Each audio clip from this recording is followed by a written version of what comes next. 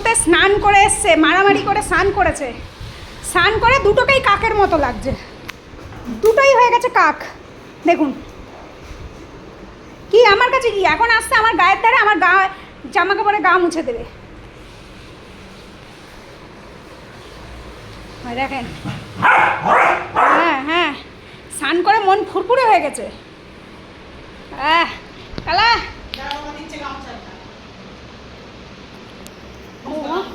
এটারে তো পুরো কাক লাগে, কাক স্নান করেছে, কাক কাক।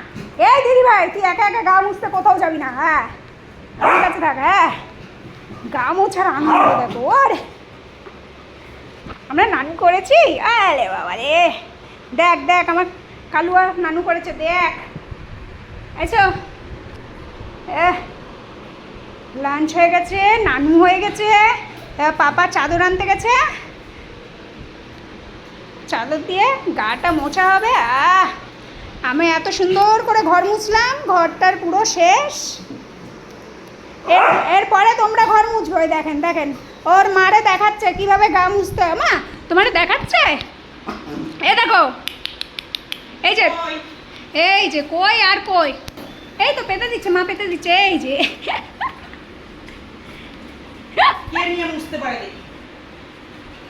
কি জ্বালা। নে দিদি ভাই তুই আর জব্দ। এই দিদি ভাই মুখ আটকে গেছে, মুখ আটকে গেছে মেয়েটার, দেখি বলো। এই বোন, তুই আমার মুখ আটকে দিয়েছিলি কেন? ছোটটা ঘুরে ঘুরে দেখাচ্ছে, বুঝলো না, ও গা মুছবে। ওরে বাবা রে, শোনা রে, এই মা ছোট্টার গা মুছে দিতে হবে। আমার তোমার গামছা এসে গেছে, আসো। আরে বাবা লে, বলো তুমি গা মুছো, কামড়াস কেন? দেখো দেখো মেয়েটারে কামড়াচ্ছে, কালুয়া বদমাশ হয়ে গেছে আমার কালুয়া, কালাচার। ওই দেখো ওই দেখো, এবার এবার এই আমার বুনুর কি করে দিচ্ছ?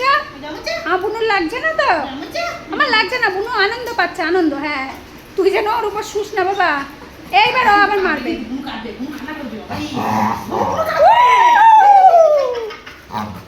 বাবা রে, আমি না বুঝি না আমাদের এই টাইমে কিভাবে রিয়াক্ট করা উচিত, কারণ ছোটটা তো চিল্লায়, মাঝে মধ্যে বড়টাও চিল্লায়।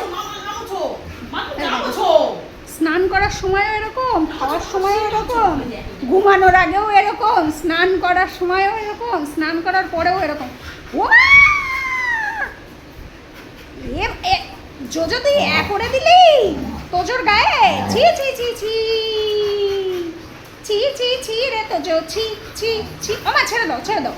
ওরে বাবা ওরে বাবা, আনন্দ, ওরা যখন খুব আনন্দ পায় তখন দেখি এই জিনিসটা করে, যেরকম খাওয়ার পর